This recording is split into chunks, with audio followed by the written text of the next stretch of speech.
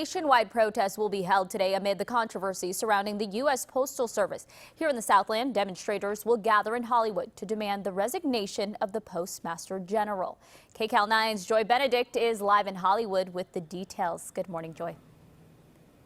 Good morning, Leslie. Yeah, it is officially Save the Post Office Saturday. It's a nationwide movement to get folks out to their local their local post office to show their support for post office and post office employees and make sure that no more changes are made before the upcoming November election. Where we are right now is we are in Hollywood. This is the backside of the post office here on Las Palmas, just south of Sunset Boulevard. This is where folks are expected to gather at about 9 o'clock this morning, following a small march from about a half a mile away. But this is one of several events taking place not only here in the Southland, but really all across the country, as thousands will rally here this morning to save the post office and demand that the post office general resign. Of course, that issue is reduced services that many feel have impacted post office's ability to gather and deliver mail in a timely fashion. And some fear it could impact the upcoming election, as many are looking to vote by mail because of the threat of COVID-19.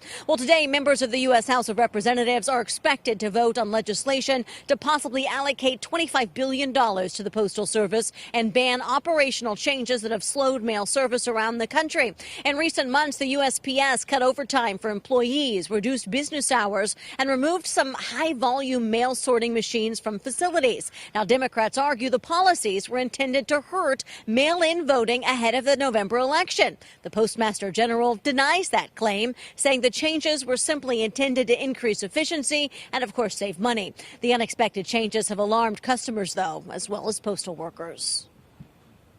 Our mail has been delayed here for 2-3 days. A lot of our bills have not got here on time. Some checks that I'm owed have not been here on time.